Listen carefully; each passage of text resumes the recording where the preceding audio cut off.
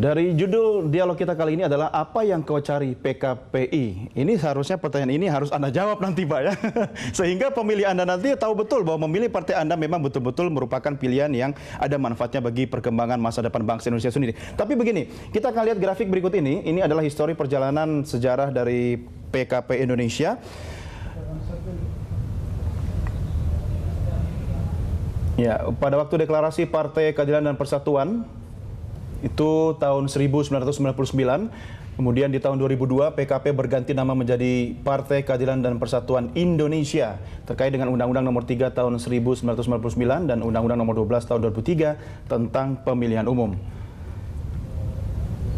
Sementara di tanggal 25 Maret tahun 2013 KPU meloloskan PKP Indonesia sebagai peserta pemilihan umum 2014. Saya tahu betulnya perjuangannya Bang Yos waktu itu sampai geruduk ya di KPU ya.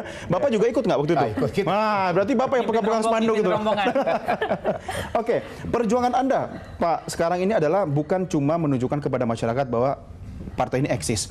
Tapi dari data yang kami punya, yang pertama masalah pembenahan infrastruktur pertanian, itu yang dijual kepada masyarakat, transportasi laut, kemudian infrastruktur kelembagaan dan birokrasi, serta memangkas anggaran birokrat. Apa pentingnya semua ini dikampanyekan kepada masyarakat? Oke, karena begini Pak, kita harus kembali kepada bentuk negara kita ini. Negara kita kan negara kepulauan. Jadi artinya apa? Negara ini di samping kepulauan juga negara agraris. Kalau kita berbicara industri atau segala macam, itu saya pikir sangat bertentangan dengan kondisi keadaan di Indonesia ini. Kita negara kelautan. Tentu kita harus memberdayakan dan harus memperhatikan para nelayan. Kalau kita berbicara industri atau apa, nelayan kita kan kasihan. Demikian juga dengan pertanian. Kita basic negara ini adalah negara pertanian, negara agraris. Jadi, itulah kenapa kami memilih harus bagaimana mendayagunakan, kemudian mengangkat hak hidup para nelayan dan para petani. Iya, sekarang ini kan pantai lautan itu jadi halaman belakang, Pak. Harusnya kebaliknya dong, halaman depan ya. Mas Arya, apa yang dijual PKP Indonesia menurut Anda masih bisa menjadi kecap nomor 1 nggak? Saya kira isunya sudah menarik ya, pertanian, nelayan, kelautan, dan korupsi ya. Tetapi isu-isu ini akan bertabrakan dengan isu-isu yang sama yang dijual partai lain. Partai Gerindra misalnya juga menyasar segmen petani, segmen nelayan ya. Kemudian juga apalagi dengan HKTI-nya ya. HKTI dan seterusnya. Kemudian ada partai-partai lain yang juga isu yang paling seksi adalah korupsi. Betul. Dan ini diperebutkan banyak partai. Partai Demokrat misalnya di iklan terakhir juga menyuarakan isu korupsi ya. Tetapi bagaimanapun pemilihan isu saya kira sudah cukup bagus, sudah segmented ya. Tetapi ini memang tugas yang sangat berat bagi PKPI. Artinya begini Mas, bagaimana cara menjual yang efektif sih untuk PKPI ini kepada masyarakat? Sekarang kan Anda tadi mengatakan teknologi sudah makin canggih. Apakah dengan pengguna teknologi atau sosial media itu bisa mampu ngangkat sampai paling tidak 5% kata beliau tadi ini bisa lah gitu kan? Saya kira tentu akan menggerakkan kader-kader ya, menggerakkan caleg yang katanya tersebar dan banyak anggota dewan yang incumbent ya. Itu cara yang paling ampuh ya. Yang kedua memang nggak ada cara lain selain menjual sosok Bang Yos ya.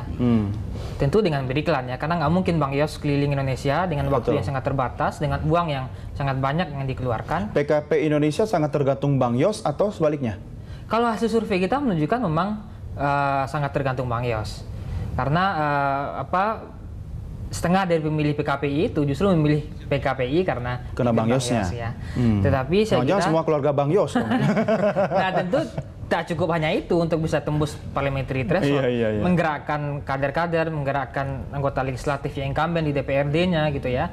Dan yang lain adalah tetap menyuarakan isu yang segmented itu. Karena nggak ada cara lain ya. Partai-partai bertarung dengan figur, bertarung dengan isu ya. Dan isunya sudah bagus saya kira, segmented ya.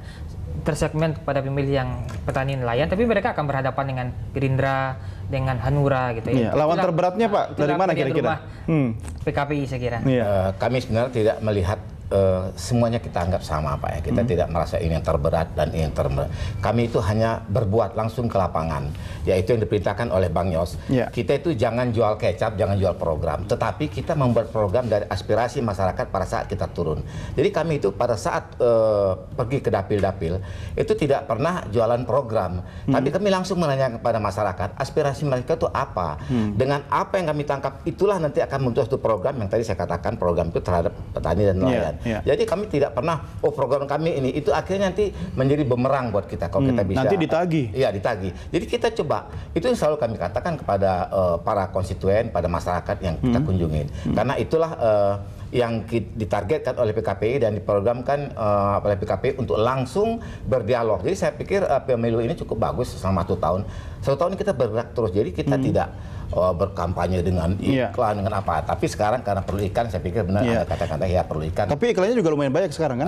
Itu di perempatan Tomang, Grogol, foto Bang Yos gede banget. Berangkat pulang kerja pasti ketemu Bang Yos. Berarti duitnya PKP banyak sekarang Pak ya? Itu relatif, itu silakan aja. Kita bahas di segmen berikutnya. Pemirsa kami segera kembali, tetap bersama kami.